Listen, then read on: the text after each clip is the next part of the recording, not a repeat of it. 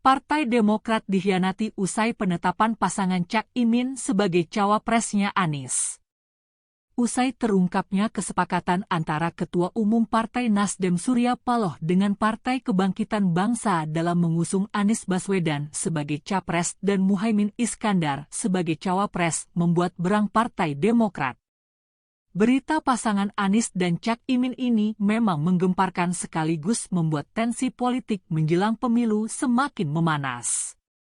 Bagaimana tidak, Partai Kebangkitan Bangsa yang semula bergandengan tangan dengan Prabowo Subianto kini dikabarkan menjadi cawapresnya Anies Baswedan. Sosok Cak Imin yang digadang-gadang akan menjadi cawapresnya Prabowo pada pemilu 2024 kini berubah haluan. Kemungkinan karena ketidakjelasan status Cak Imin di koalisinya Prabowo, sehingga PKB menjalin kerjasama dengan Partai Nasdem yang kemudian langsung ditunjuk untuk jadi cawapres untuk mendampingi Anies Baswedan. Sebelumnya Partai Kebangkitan Bangsa merasa kaget atas perubahan nama koalisi yang mengusung Prabowo, di mana setelah Golkar dan PAN masuk ke dalam koalisi, nama koalisi yang sebelumnya bernama Koalisi Kebangkitan Indonesia Raya atau KIR berubah menjadi Koalisi Indonesia Maju. PKB melalui Ketua Umumnya Muhaimin Iskandar merasa tidak diberitahu sebelumnya atas perubahan nama koalisi tersebut. Sehingga dirinya merasa terkhianati dan memutuskan untuk berubah pandangan politik dengan bergabung dengan Partai Nasdem dalam Koalisi Persatuan untuk Perubahan. Muhaimin Iskandar memang terlihat sangat ngotot untuk dijadikan cawapresnya Prabowo. Namun setelah tidak adanya kepastian tersebut dirinya memilih menyeberang ke koalisi yang mungkin sudah dipastikan dirinya akan dijadikan cawapres meskipun tidak mendampingi Prabowo Subianto melainkan Anies Baswedan. Menanggapi duet Anies Cak Imin, Prabowo Subianto yang pada waktu itu sedang berada di markas Golkar terlihat santai. Prabowo memaparkan jika itu merupakan demokrasi dalam perpolitikan Indonesia, sehingga setiap partai bebas memilih atau berlabuh pada koalisi yang diakininya.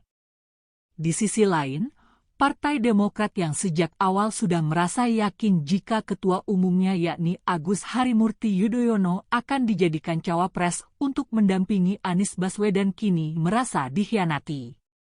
Partai Demokrat mengklaim jika sebelumnya Anies Baswedan sudah menulis surat yang ditulis tangan ke Partai Demokrat jika Anies Baswedan memilih AHY untuk dijadikan cawapresnya. Dan itu sudah disetujui oleh para petinggi partai pengusung Anies yang tergabung dalam KPP. Namun pada saat finalisasi dukungan persiapan menghadapi Pilpres 2024 yang akan diselenggarakan beberapa bulan ke depan, tiba-tiba Partai Demokrat ditodong untuk menerima pasangan Anies dengan Cak Imin. Partai Demokrat menilai harus menerima keputusan yang diambil sepihak antara Ketua Umum Partai Nasdem Surya Paloh dengan PKB. Dan jelas ini sangat mengkhianati apa yang telah disepakati koalisi selama ini. Ada pertanyaan menarik dari peristiwa penentuan cawapres untuk Anies Baswedan.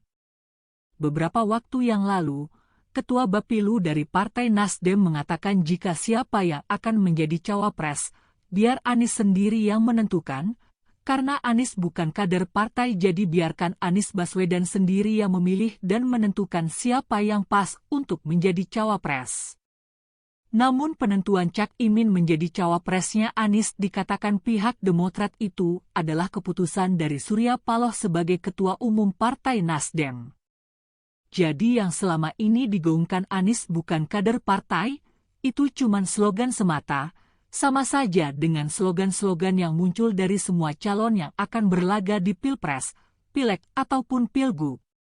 Jadi seandainya saja terpilih jadi presiden, tetap saja ada kepentingan-kepentingan partai yang dianggap berjasa yang harus dipenuhi. Namun apapun itu, dunia perpolitikan memang susah ditebak. Tidak ada kawan atau lawan yang abadi dalam perpolitikan, semuanya bisa berubah sesuai kepentingan dan kesepakatan.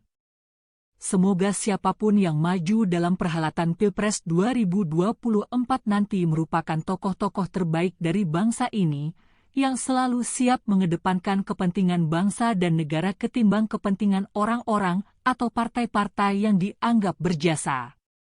Terima kasih sudah menonton, jangan lupa subscribe, like, dan komen, serta nyalakan lonceng notifikasinya agar Anda tidak ketinggalan informasi-informasi menarik lainnya.